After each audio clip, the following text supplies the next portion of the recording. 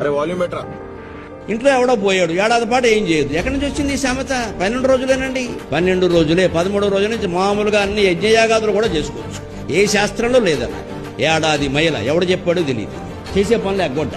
దీనివల్ల నేను ఇటీవల విని చాలా బాధపడ్డా. హిందువుల్లో ఈ పిచ్చి నమ్మకాలు వ్యాపించడం వల్ల ఇతర మతాలకి మేలు జరుగుతుంది. తండ్రి పోయాడు, ఏడాది వరకు ఊళ్ళోకి వెళ్ళలేదు అని వెళ్లకుండా వీడు ఉండలేడు.